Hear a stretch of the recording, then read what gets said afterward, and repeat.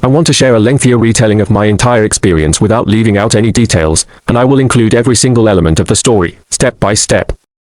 I will also incorporate some extra elaboration to make it clear just how everything unfolded. Here is my paraphrased and expanded account. I am a 48-year-old woman, and I have a younger sister named Diana, who is 46. Growing up, I always sensed a tension between us because Diana was rather smug and unkind to me during our childhood. As soon as high school ended, we went our separate ways. I decided to continue my education, while Diana boldly chose to move in with her then boyfriend. This boyfriend had money, which was fortunate for her because our parents could not have afforded to fund her independent living arrangement. However, Diana made it unmistakable to our parents that she would not listen to any advice about her life and would do things her own way no matter what. Our parents, feeling that they could not control her, simply stepped aside and let her do what she pleased. By the time Diana turned 20, she gave birth to twin girls, and the following year, she had a boy. During this period, she was still living with the same boyfriend, and my parents were torn between being genuinely happy for her and being worried about how she would manage such serious responsibilities without employment. Her financial stability depended entirely on the generosity of her boyfriend, and this allowed her to maintain her chosen lifestyle. She never married him, which, in my opinion, was a short-sighted decision because if they ever ended their relationship, at least marriage might have entitled her to some level of alimony.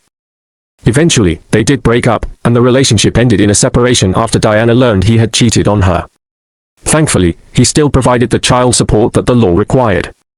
However, he completely relinquished his parental rights, so he had no further involvement with the children. At the time, her twin daughters were only 3, and her son was 2, so they were indeed very young. After that, Diana had no partner and found herself completely alone, which meant she desperately needed any assistance she could get to survive. Although my relationship with her was not good, my parents encouraged me to help, and I could not bear to watch her and 3 small kids struggle without offering some sort of support.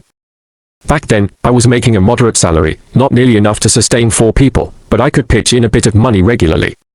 My parents also contributed, so it was a collective effort to help them cover their expenses. Despite this, the early months were especially tough on Diana because she had no degree and no work experience. She had to begin from scratch, working entry-level jobs and learning the ropes, while hoping she could build a better future. Unfortunately, that kind of progress demands huge chunks of time, and it's difficult to juggle when you also have 3 small children who need constant care. Diana had limited resources for childcare because babysitters were expensive. Our parents had their own jobs, and I was also employed, so we could not babysit around the clock. Diana's friends were mostly busy